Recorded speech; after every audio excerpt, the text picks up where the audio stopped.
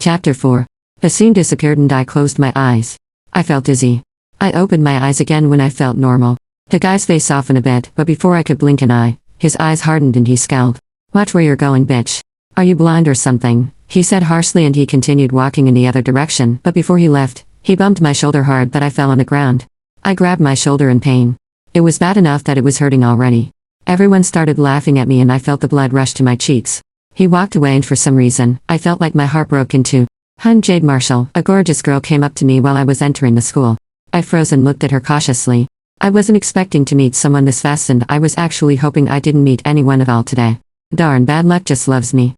Jade had clear blue eyes and dark long hair that reached up to her belly button. Her bangs were cut side swept and her smile was stunning. She was also tall and wore a black leather jacket. Her olive skin was glowing in the sun. For a moment, I thought she just came from a photo shoot, but I quickly shook the thoughts away and gave her a small smile. "Welcome to Crawford High, home of the Lions," she said enthusiastically and held her hand out to me. "I'm Daniela Saunders," I said, taking her hand in mine and shaking it. I smiled softly at her. "But, just call me Danny." "Cool. Sorry if the welcoming thing was kind of creepy," she said shyly. "I'm part of the welcoming committee here at this school. Since this is a small town, not many people enroll here. Obviously, since the welcoming was horrible, this is my first time." "Oh come on, it wasn't that bad." I laughed along with her. We walked into the school and just like the movies, everyone was in their small little cliques. The jocks and cheerleaders were near their lockers, the nerds sitting at the stairs getting bothered by the bullies, the scary students leaning against the wall trying to look innocent, the sluts looking at the mirrors in their lockers. Well, you get the idea. This school was quite small and the hallways were crowded. It was also old.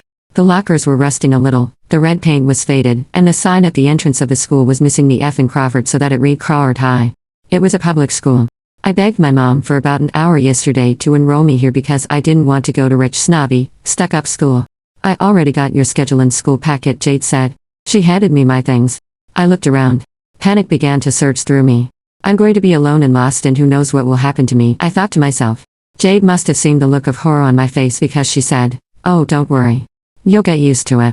Plus, I'll be sticking with you today. It's part of the job." She winked. I opened the packet up. "So, what's your first period?" Jade asked, looking over my shoulder at my schedule. "AP Calculus." "Oh, that's a 232 with Mr. Jenkins. He's pretty cool, just gives tons of homework. What else do you have?" "Second period World Geography, third period Gym, fourth period Literature and, or Drama class, and fifth period AP Chemistry," I replied. I scrunched up my nose. "Yuck, I have gym for third period. Wow, I have you for everything except for first and fifth. Looks like you're my part." "Oh shit, I got to go," she said, looking panicked. "I totally forgot I had to do something. If I'm not back by the time the first bell rings, I'm sorry, but you're a smart girl, you'll figure it out," she called out to me while speed walking down the hallway. Great, I thought, I'm all alone now. I ignored all the stares that I was receiving. I put on a fake smile.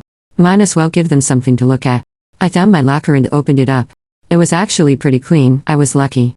I sighed when I was putting all the notebooks my mom told me to bring into my locker.